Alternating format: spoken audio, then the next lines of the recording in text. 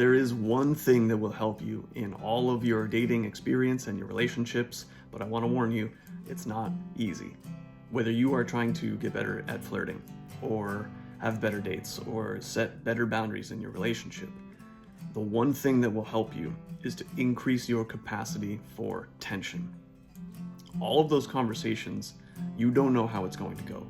And when you don't know how someone's going to respond, that creates tension, and your ability to sit with that tension without running away or shutting down altogether is going to change everything.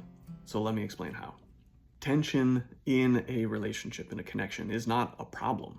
It's usually just a sign that you found an opportunity for a little bit of growth and development, an opportunity to go a little bit deeper with this person. Think about each step of the relationship, right? Asking someone out, the first date, physical intimacy, moving in together, meeting each other's parents. You can almost feel the tension building up with each of those steps, right? And they all have something in common. Each of those steps, you don't know how it's going to go. So the uncertainty creates that tension within you.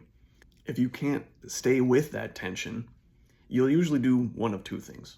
You will either avoid taking those steps at all, or your relationships will stay kind of small and stuck, and it might feel safe and comfortable, but it'll also feel a lot less alive. So I want to go into a few examples of some of those steps. The internet will tell you that flirting is just a skill issue, so you can practice and say the right words and have some scripts, but it's much deeper than that. It's a tension issue, because flirting requires you to feel desire for the other person and take the risk of expressing that a little bit. And again, you don't know how that person's going to respond. You don't know if they're feeling that desire as well. So there is tension in letting yourself feel and express that desire for the other person. When you go to express that desire and you're clenched up and your insides are in a blender, the scripts and the right words from the internet aren't going to help you very much. So practice can be crucial, but it needs to be connected to what you're actually feeling in that moment when the tension comes up. Do you clench up and start to talk a little bit faster? Practice sitting back in your seat and slowing down your breath.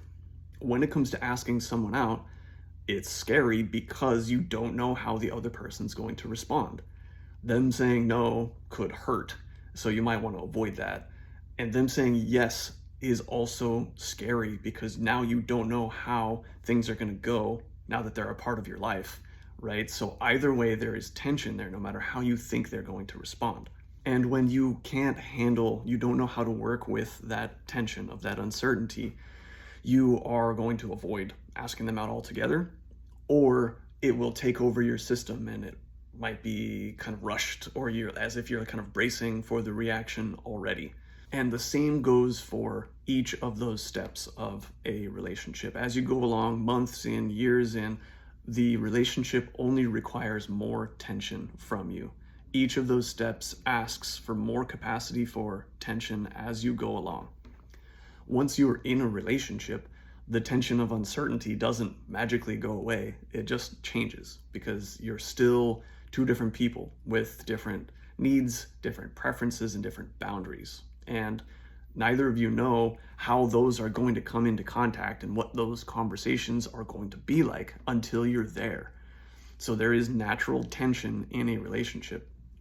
For me, for example, the tension of setting a boundary with my partner causes my body to clench up and my breathing gets a little bit shallow. My hands might even be kind of tight.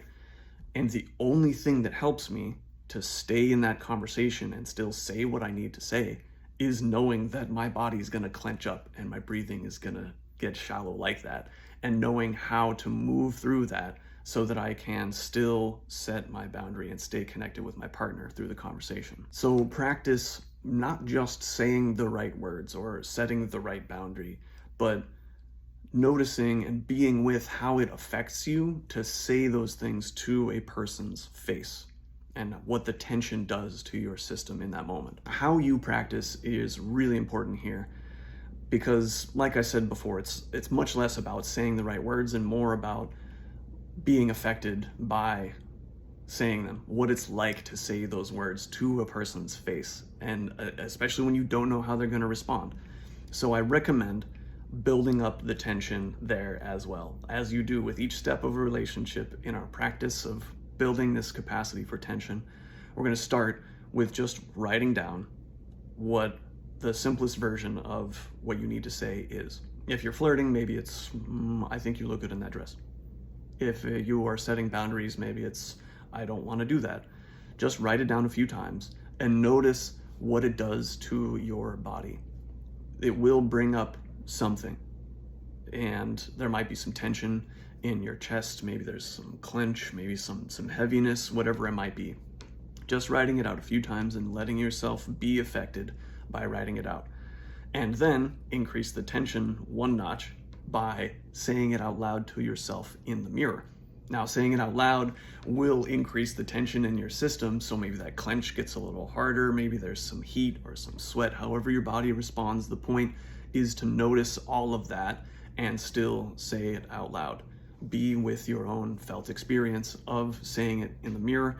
And then the last step, the biggest level of tension here, is saying it to a trusted friend, to their face, because that will be the highest level of tension for your system, the highest level of uncertainty now that there's another person and you don't know how they're going to respond. If there is not someone who comes to mind for you to practice with, there's not a trusted friend you would feel comfortable doing this with, that's why I run groups for exactly this kind of practice, so that we get to say uncomfortable things to each other's faces and feel how we respond and get real-time feedback from each other in those moments. So give this a try, let me know how it goes, and message me with any questions.